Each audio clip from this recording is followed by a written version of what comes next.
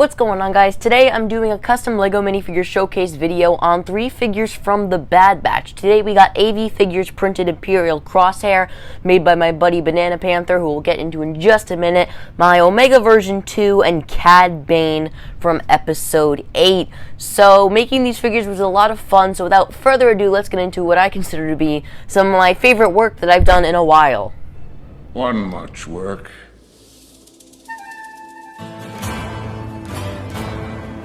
So making Cad Bane in his Bad Batch outfit was a lot of fun. I really love the Western-esque designs that it had.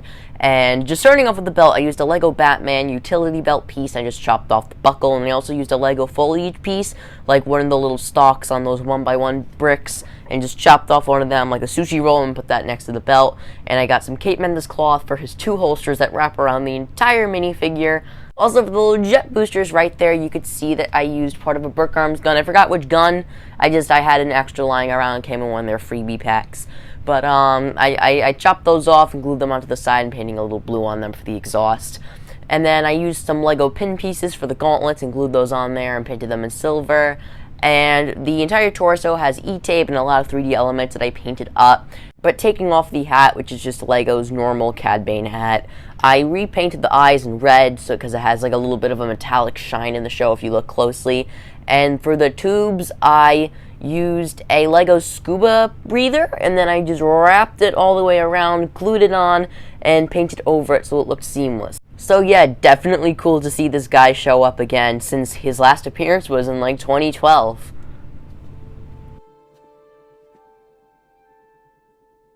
You're a Generation 1. How'd you know that? From the lines in your face.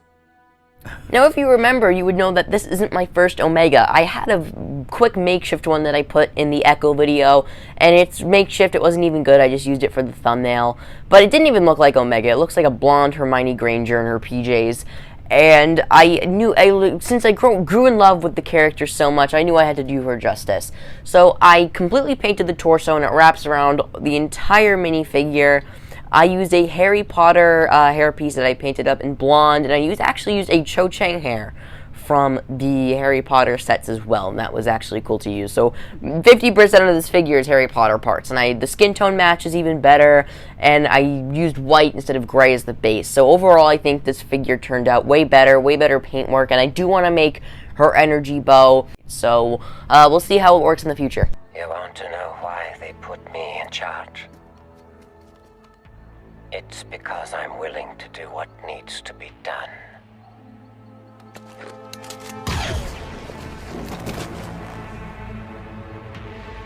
Good soldiers follow orders. Lastly, Crosshair, made by my buddy Joey Mason over on Instagram, who did such a fantastic job making this clone trooper with the water slide decals produced by AV Figures. And of course, the decals go all the way around the minifigure from the torso to the arms to the legs. It's fantastic. And they even made for Crosshair a bunch of accessories. They made his fire puncher, which can attach to the backpack.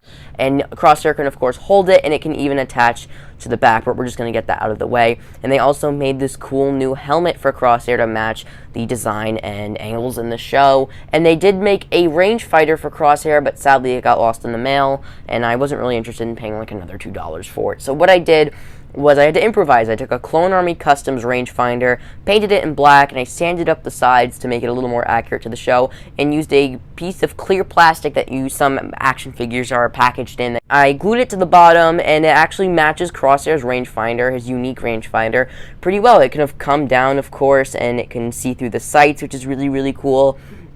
So, yeah, removing the helmet, you could see that I did paint up a face for Crosshair using the clone heads that Lego has produced, of course. And in the new episode, Crosshair doesn't have hair anymore. It's it's not even like a 5 o'clock shadow. It's like a very thin buzz cut.